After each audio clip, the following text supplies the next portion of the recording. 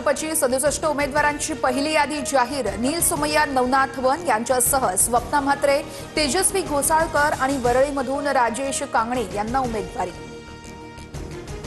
मुंबई पालिकेसाठी ठाकरेंच्या शिवसेनेचीही 40 जणांची पहिली यादी जाहीर। अनेक माजी नगरसेवकांसह काही नेत्यांच्या मुलांना संधी।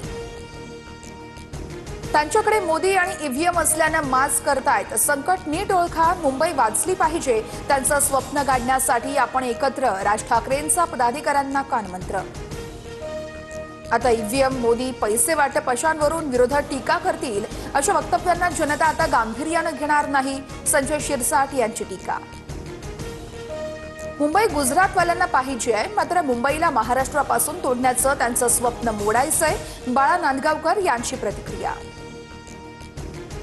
पुणे आणि पिंपरी चिंचवडमध्ये घड्याळासोबत जाण्याचा कार्यकर्त्यांचा निर्णय। कार्यकर्त्यांसाठी निवडणुकीत दोन्ही राष्ट्रवादी एकत्र, मात्र घड्याळ चिन्हावरती लढणार नाहीत, रोहित पवारांकडून स्पष्ट।